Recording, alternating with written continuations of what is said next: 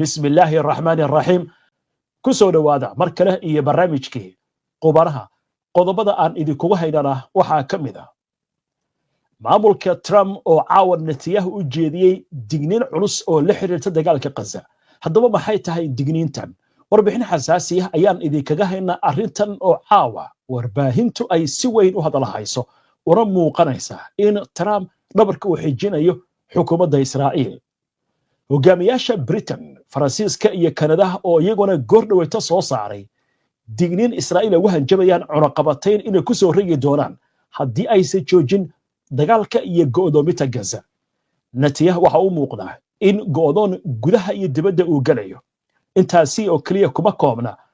Israa'iil waxa xabsiga loo taxaabay askar diiday dagaalka inay ka qayb qaadato askari isna alyaasiinka qasa ku soo waashay ayaa qoyskiisii rasaas ooda uga qaaday qaar kamid ah waxyaalo ayaa soo gaartay iyadoo la sheegay in askarigaasi uu waalnaa madaxweynaha Ruushka iyo dhigiisa Mareykanka oo ka warbixiyay wadahadallo qadka telefoonka caawa ay ku yeesheen haddaba maxaa ka soo baxay wadahadalladaasi oo ay ka wada hadleen labada nin xog baan idinkaga haynaa xilli ay kacsan tahay xiisadda Ruushka ayaa waxaa lagu soo warramayaa in ciidamo uu dhoobayo xadka dal uu la wadaago gaar ahaan waddankaasi oo ka tirsan wadamada NATO sheekada ugu dambaysa ee barnaamijkan idinkugu hayaana waxay ku aadan tahay garoon ku yaal dalka Japan oo la shaaciyay in uu garoomada adduunka hormuud u noqday arrin cajiib ah garoonkaasi la sheegay in uu ku noqday garoon si weyn u soo jiidanaya waxaynu ku bilaabaynaa wadahadallo qadka telefoonka ay ku yeesheen madaxweynaha Mareykanka Donald Trump iyo dhigiisa dalkaasi Ruushka Vladimir Putin ayaa faahfaahin dheeraad ah ka soo baxaysa wadahadalkan ayaa lagu soo warramayaa in muddo 2 saacadood iyo ka badan uu socday waxaana la sheegayaa in si weyn diiradda loogu saaray arrimaha dagaalka Ukraine haddaba aynu eegno warbixin ay qortay wakaaladda wararka dalka Ruushka laga leeyahay ee TASS madaxweynaha Ruushka Vladimir Putin ayaa sheegay in wadahadalkii uu la yeeshay dhigiisa Mareykanka Donald Trump uu ahaa wasiyada dalka u dhigay wadahadal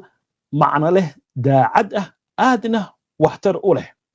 Putin waxa taasi uu ku daray in wadahadalkoodu uu socday in ka badan 2 saacadood muddadaasina waxa uga mahad celiyay Trump taageerada uu u muujiyay si socoshada wadahadalada nabadeeda sida ku waramaysa wakaaladda wararka ee TASS ee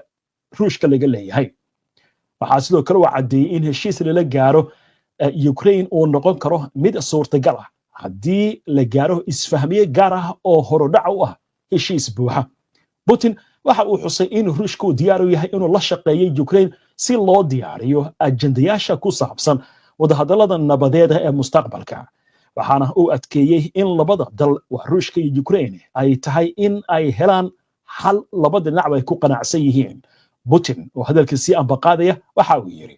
guud ahaan waxaan ku jirnaa wadadii saxda ahayd ee Ukraine la xiriirta waana in meesha laga saara sababaha asaasiga ah ee keenay khilaafka dhankiisa madaxweynaha Mareykanka Donald Trump ayaa daboolka ka qaaday in wadahadalkii uu la yeeshay Putin uu ku soo dhamaaday si wanaagsan isla markaasna codka iyo qaabka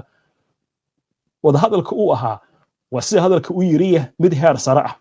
Trump waxa uu sheegay in Ruushka iyo Ukraine ay isla markiiba bilaabi doonaan wadahadallo lagu gaarayo xabad joojin isagoo xusay in Ruushku uu doonayo in xiriir ganacsi oo ballaaran uu la yeesho Mareykanka marka dagaalku uu dhamaado sida hadalka uu yiri Trump waxa sidoo kale uu sheegay in Ukraine ay ka faa'iideysan karto fursadaha ganacsi ee furan kadib marka xaaladdu ay degto isla war arrimaha la xiriira aqalka Kremlin-ka looga arrimay waddanka Ruushka ayaa waxa uu sheegay inaysan jirin xilligan wax qorshe ah oo ku aadan kulan degdeg ah oo ay yeeshaan madaxweyne Putin iyo dhigiisa Mareykanka Donald Trump haddaba inkastoo wadahadalladan ay socdaan ayaa dhinaca kale waxa la sheegayaa Ruushka ciidamo aad u fara badan iyo agab dagaal oo waaweyn way ka mid yihiin dababaadka dagaalka iyo dhismaha saldhigyaan inuu ka wado xadka waddanka Ruushka la wadaago waddanka Finland xadkaasi oo la sheegayo inuu ka badan yahay ilaa iyo 1,200 oo kiiloomitir Finland 2022 ay ku soo biirtay gaashaanbuurta NATO haddaba warbixin amurahan ku aadan iyo waxa khubaradu ay ka tiri waxa eegaysa wariyahayaga Nimco Cabdikariin Timcad sawiro lagu qaaday dayax gacmeed ayaa muujinaya in Ruushka uu ciidamo dagaal oo khibrad u leh dagaalka Ukraine iyo Sirdoon uu ku daadguriyay xadka uu la wadaago dalka Finland taasi oo walaac ku abuurtay reer galbeedka sida lagu sheegay warbixin gaar ah oo daabacay wargeyska iPaper. Ruushka ayaa xoojinaya joogitaankiisa military ee xadka oo 1290 kilomitir ah kaasi oo la leeyahay dalka Finland oo ah xubin ka tirsan gaashaanbuurta NATO. xoojintan ayaa waxaa ka mid ah boqolaal askari iyo khubaro sirdoon iyadoo sawirada dayax gacmeedku ay muujinayaan koror weyn oo lagu sameeyay kaabayaal difaaceed oo Ruushku leeyahay sida saldhigyo cirka ah iyo xeryo ciidan. qabiir ayaa sheegaya in duulaan toos ah oo Ruushka ku qaado Finland uusan hadda suurtagal ahayn balse tallaabooyinkan ay yihiin qorshe istiraatiiji ah oo tartiib ah ujeedaduna ay tahay in laga dhigo mid aan cadeyn ujeedada dhabta ah ee Moscow ayna diyaariyaan saldhig mustaqbalka u suurtagelin kara weeraro. Finland ayaa si dhow ula socota dhaqdhaqaaqyadan waxaana Emil Kachilmi oo ah falanqeeye military oo Finland u dhashay uu sheegay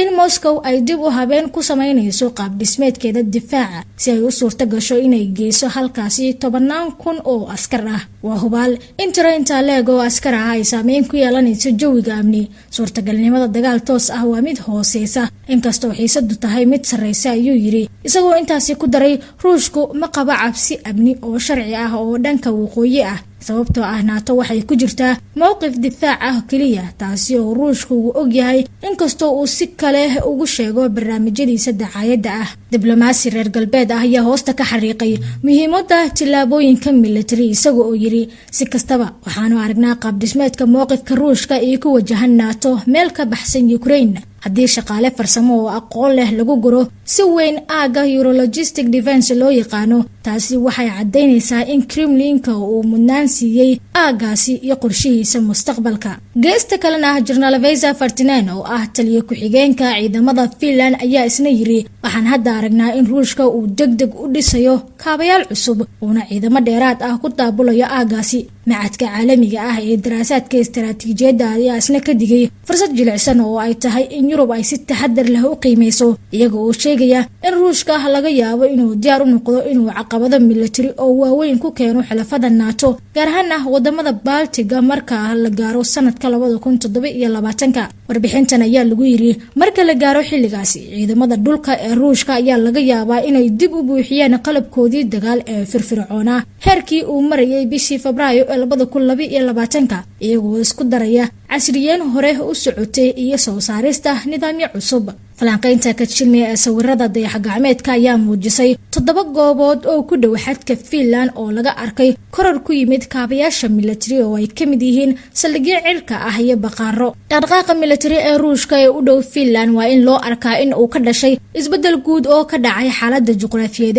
ee gobolka waqooyi. qaar ka mid ah dhaqdhaqaaqyadan waxaa lagu xiriirin karaa qorshayaal hore balse kuwa kalena waxay jawaab u noqon karaan Finland iyo Sweden oo ku biiras. nimcati macade HBN Online TV. waa tahay waxa aad bay u mahadsan tahay daawadayaal goordhow waxaan u gudbi doonaa wararkii ugu dambeeyay ee Gaza xogaga iska cabinta Falastiiniyiinta oo ka warbixiyay howlgal ay la beegsadeen ciidanka Israa'iil oo duqeynta sii wada tirada dadka ku dhintay duqeymaha iyo kuwa ku dhaawacmay oo kordhay iyo waliba warbixin ku saabsan maamulka Trump oo la sheegayo in caawa fariin adag oo u jeediyay Netanyahu waxa lagu macnaynayaa in dulqaadka uu ka dhamaanayo wasiirada loo yiri Washington. dowladda reer Yurub ama reer galbeedna waxay soo saareen hanjabaad ah Israa'iil in cunaqabateen ku soo rogayaan askari Israa'iiliya oo madax lagaga jiro oo qoyskiisa rasaas la dhacay iyo waxa xagga Gaza ayna ku bilowno iyo wararka ugu dambeeyay Israa'iil waxa lagu soo waramayaa duqeymo culus inay wado dad ka badan 70 qof ayaa la sheegayaa tan iyo saakay waa bariga in lagu dilay duqeymahaasi. waxa kaloo Israa'iil lagu soo waramayaa dhanka Khan Yunis in ay ku amartay dadku inay iskaga baxaan halkaasi oo lagu soo waramayo kumanyaal kun oo qof inay ka qaxayaan. laba oga dadkan meel ay u socdaan sababtoo ah dhanka waqooyiga Israa'iil waxay leedahay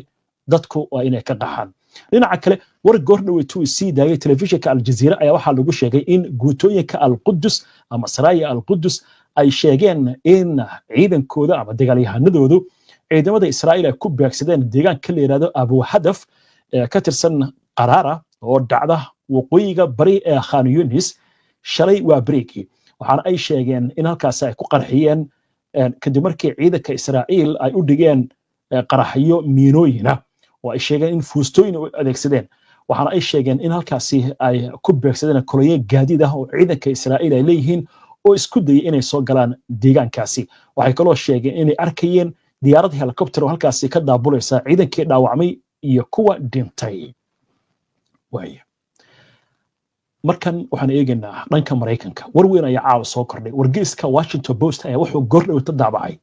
macluumaad sheegaya in maamulka Trump digniin adag uu u jeediyay xukuumadda Netanyahu haddaba aynu eegno warbixintaasi wargeyska uu qorayo wargeysku waxa uu sheegayaa in maamulka Trump mas'uuliyiin ka tirsan ay fariin digniin ah u direen Israa'iil haddii dagaalka aysan joojin inay halis ugu jirto inay weydo ama lumiso taageerada Mareykanka waa si hadalka loo yiri sida lagu sheegay warbixintan ay daabacday jariiradda The Washington Post ilo wareed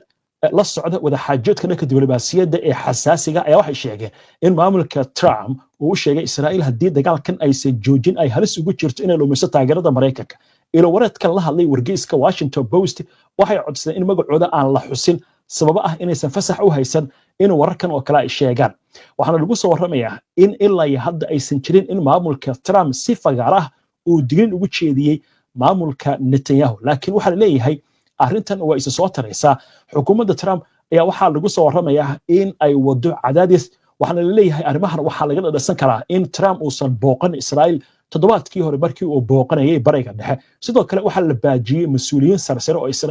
oo Israa'iil tagi lahaa oo Mareykan ah gaar ahaan madaxweyne ku-xigeenka Mareykanka J.D. Vance iyo xogayaha difaaca ee waddanka Mareykanka waxaasi oo isbiirsaday ayaa waxaa la leeyahay waxay keeni karaan in markaasi ay u muuqanayso in uu jiro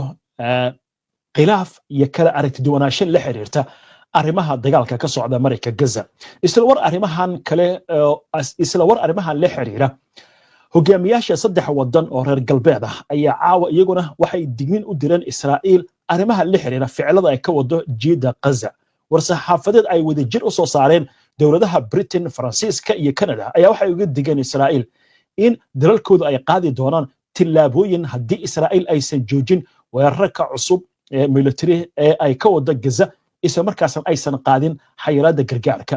diidmada xukuumadda Israa'iil ee gargaarka asaasiga ee loo baahan yahay si loogu caawiyo dadka rayidka waa mid aan la aqbali karin waxayna halis ugu jirtaa in ay jabiso sharciga bini'aadantinimada caalamiga ah ayaa lagu yiri bayaankan ka soo baxay dowladaha Britain Faransiiska iyo Canada ayaa sidoo kale waxaa lagu yiri waxaan si adag uga soo horjeednaa isku day kasta oo lagu ballaarinayo deegaameynta lagu qabsanayo daanta galbeed ma ka labalabayn doono inaan qaadano tillaabooyin dheeraad ah oo ay ku jiraan cunaqabatayn gaar ah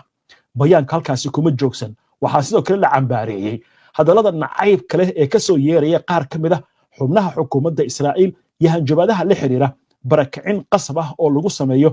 dadka reer Falastiin hogaamiyaasha Britain Faransiiska iyo Canada waxay xusuusiyeen in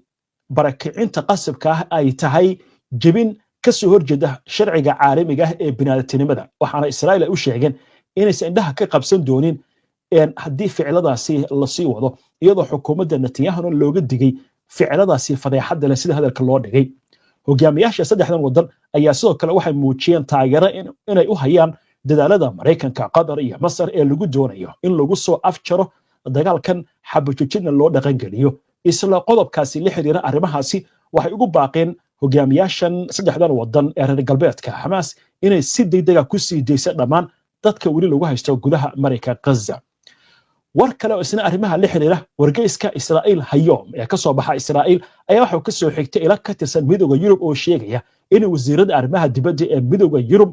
ay bari ka doodi doonaan suurtagalnimada in la hakiyo heshiiska iskaashiga u dhaxeeya midowga Yurub iyo Israa'iil kadib ku dhawaad 3 bilood oo Gaza ay ku jirtay go'doomin buuxda hay'adda caafimaadka adduunka ee WHO ayaa soo saartay digniin culus oo ku saabsan xaaladda dhanka bini'aadantinimada ee ka taagan Mareykanka Gaza iyagoo sheegaya in 2 milyan oo qof ay la ildaran yihiin gaajo aad u daran xaaladdu marka halkaas maraysa Israa'iil waxa leeyahay xitaa gargaarkan hadda ay ogolaatay 9 baabuur ayaa maanta u kaliya gashay waa meesha looga baahan yahay baa leeyahay 900 oo baabuur ayaa maanta u kaliya waxay gelisay 9 baabuur arinta kale yaab kale waxa weeye xilligan oo barnaamijka aynu wadno cisbitaalka Indonesia qaybta matoorada dabka laga dhaliyo ayay Israa'iil duqaysa marka waxa leeyahay maxay taraysaa arrintaasi sidoo kale saake waxay duqaysay qaybta gargaarka ee mid ka mid ah isbitaalada Mareykanka Gaza marka waxa leeyahay maxaa macnaa ay sameynaysaa sagaalkan baabuur Israa'iil ay caaw ogolaatay inay geliso Mareykanka Gaza iyadoo malaayiin qof la leeyahay xaaladdu way ku adag tahay markan balan eegno marka gudaha Israa'iil oo xaalad adag ay ka jiraan waxa lagu soo waramayaa in qaar ka mid ah askarta Israa'iil ay diideen dagaalka inay ka qayb qaataan haddaba aynu eegno warbixin amuraha la xiriirta warbaahinta Israa'iil ay qorayso wargeyska lagu magacaabo iyo dacwada xaranood ayaa waxa uu sheegayaa in 3 askari oo ka tirsan ciidanka Israa'iil lagu riday xabsi markaasi banaanka ay joogayaan laakiin leeyahay waxa markaasi ay mudan karaan xabsi toos ah oo gudaha la geliyo hadii waxa la yiri mar dambe ay ka soo horjeestaan amarka ah in ay ka qayb qaataan dagaalka saddexdan askari ayaa waxa la sheegayaa inay si cad u diideen dagaalka inay ka qayb qaataan war kale oo arrimahan la xiriira telefishinka kan Israa'iil laga leeyahay ayaa sanacaa wuxuu baahiyay sheeko la yaab leh oo ku aadan askari ka mid ah ciidamada kaydka Israa'iil oo dhawaan ka soo laabtay dagaalka Gaza ayaa waxa la sheegayaa intuu qoray qaatay inuu rasaas ku furay qoyskiisa xilli ay ku kulansanaayeen gurigooda taasi oo sababtay dhaawaca 3 qof sarkaal ka tirsan ciidamada kaydka Israa'iil oo la hadlay telefishinka kan ayaa waxa uu sheegay in askarigan uu la daala dhacay cudurro xagga maskaxda ah gaar ahaan xanuunada loo yaqaan PTSD tani markuu ka soo noqday Mareykanka Gaza wararku waxa intaasi ku darayaan in askarigu intuu qori la soo baxay kadibna dadkaasi oo rasaas ooda kaga qaaday wuxuu si lama filaan ah ula soo baxay qori mid ka mid ah qoralka uu ku jiray isagoo ku hubaysan qorigaasi ayaa waxa uu ku qeyliyay in guriga ay ku jirto burcad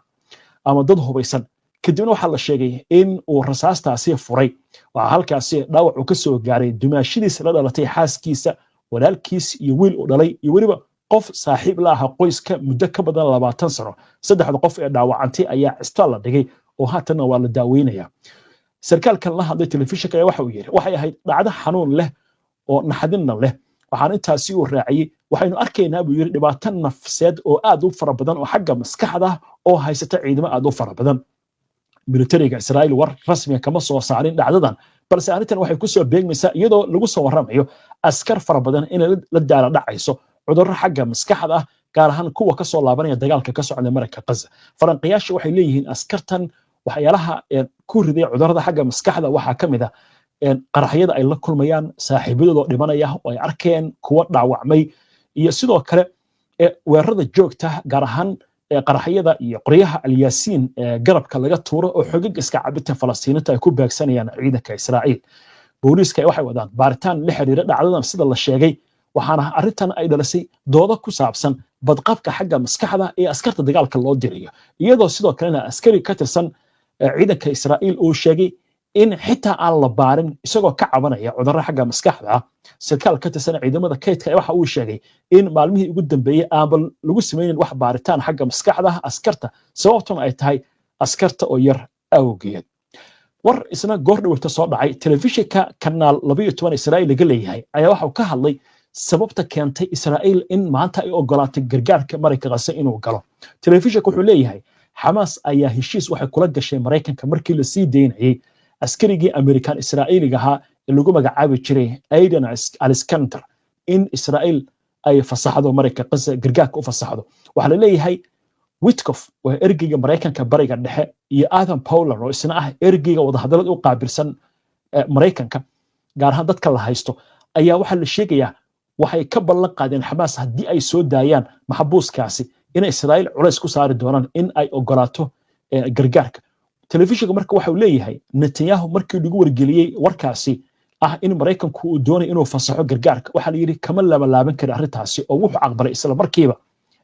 in gargaarka la fasaxo laakiin waxa la leeyahay gargaarkaasi ma ku filna oo maanta 9 baabuur oo kaliya ayaa gashay meeshii lagu heshiiyay 900 oo baabuur maalintii inay gasho وهجاك وإنه أركض وأنا وحي وراه ربها سكوس وكرده هاتن waxaynu soo gaarnay sheekadii ugu dambeysay ee barnaamijka aynu ku soo gabagabay jirnay aalaab waxaynu ku soo qaadanaa sheeko ka duwan sheekooyinka barnaamijka aad ku soo daawateen bal aynu ka yara gudubno oo ka nasanno weerarada qaraxyada dhimashada digniinaha hanjabaadaha madaafiicda iyo qaraxyada markan waxaynu eegaynaa sheeko ku saabsan dabcan waad safartay laakiin madax xanuunka ugu badan wuxuu yahay haddii boorsada kaa dhinto adigoo soo safray oo laga yaabo inaad ku taagan tahay labadii maro oo aad safarka ku soo gashay diyaaradda markaa ka degato adigoo doonaya gurigaaga ama hoteelkaaga inaad tagto ama goobtaada u socotay haddii lagu yidhaha boorsada waa dhuntay maxaa samayn lahay waa madax xanuun iyo ka daro dibi dhal laakiin garoon ku yaala waddanka Japan casharkaas lagama qoraba muddo 30 sano ah waxaa leeyahay lagama diiwaan gelin hal boorso oo dhuntay halka garoomada kale adduunkana laga camanayo boorsooyin dhubay wali waxaa leeyahay waddankaas Japan tareenku haddii uu soo daaho 2 daqiiqo ama daqiiqad iyo wax ka yar mas'uulka u qaabilsan ugu sareeya qaybta tareenada ee maxadadaasi ayaa ku imaanaya oo ku raali gelinaya macnaha lagama yaqaanba tareen baa daahay iyo waxaas oo kale haddaba aynu eegno sheekadan oo saacadii ugu dambeysay aad wax looga qorayo waxa leeyahay garoonka diyaaradaha caalamiga ah ee Kansai ee ku yaala waddanka Japan sanad kasta wuxuu qaabilaa malaayiin rakaab ah wuxuu caan ku noqday baali hal arin cajiib ah oo ah in ay saloomin hal boorso ama shandad muddo 30 sano ah lagama diiwaan gelin garoonkan waxa uu u adeegaa magaalada Osaka waxaana la furay bishii September 1994 xilli garoonka kale ee Osaka oo la circiiraya rakaab aad u fara badan arinta cajiibka way garoonkan waxa laga dhisay badda gudaheeda sida halkan ay kaga muuqata jasiirad ay ku dhex yaala badda aynu ku socono warbixinta waxa la leeyahay garoonkan 20 ilaa 30 milyan oo rakaab ah ayaa sanadkii mara laakiin arinta cajiibka waxay leedahay jariirada la yiraahdo Nikkei Asia garoonkan shaqaalihiisa waxa la yiri waxa aad loogu amaanay in 15 daqiiqo oo qura marka diyaaraddu ay soo degto iyo marka boorsada banaanka ay ku taalo inay u dhaxayso sheekada marka la yaab kale waxay tahay waa leeyahay tusaale waddanka Mareykanka oo kale waxa leeyahay malaayiin boorso ah ayaa la diiwaan geliyaa oo dhunta sanad kasta طبعا meelo badan oo Yurub ka tirsan xitaa oo garoomada caalamiga ay ku yaalaan waxa la yiraahdaa dadku dhibaato waxay ku qabaan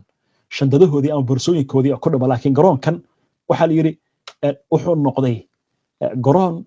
si gaar ah abaalmarin ugu mutaystay inuu noqday garoonka ugu fiican ee dadka marka diyaaradda ay ka soo degaan adeeg ugu hufan ee shandadahoodii iyo boorsooyinkooda ay ku qaadan karaan taasi oo leeyahay in marka ay noqon karto in garoomada kale ee adduunka haddii ay damcaan in sidaas oo kala sameeyaan waxay gaari karaan baa la yiri 2056 wala kala tag orod sama ah 36 sano ay ku qaadan kartaa waa leeyahay cidi doonaysa in sidaas samayso وهاجاك بلنتاس aynu ku soo koobno sheekadaasi adiguna nala wadaag daawade meesha kuugu darnayd oo hadii ay jirto inay ku qabsatay boorsadaadii ama shandadaadii ay dhuntay inta ayaan ku soo gabagabeynayaa caawa barnaamijkii qubanaha waana ku mahadsantihiin daawashada barnaamijka si aad ula socoto wararkan iyo barnaamijyada iyo macluumaadka aynu halkan ka soo gudbino hadii aad ku cusub tahay baraheena bulshada amaba horay aadan ugu xirnayn hadda ku soo biir waa inoo barnaamij ka xiga insha Allah inta ka horeysa nabadgelyo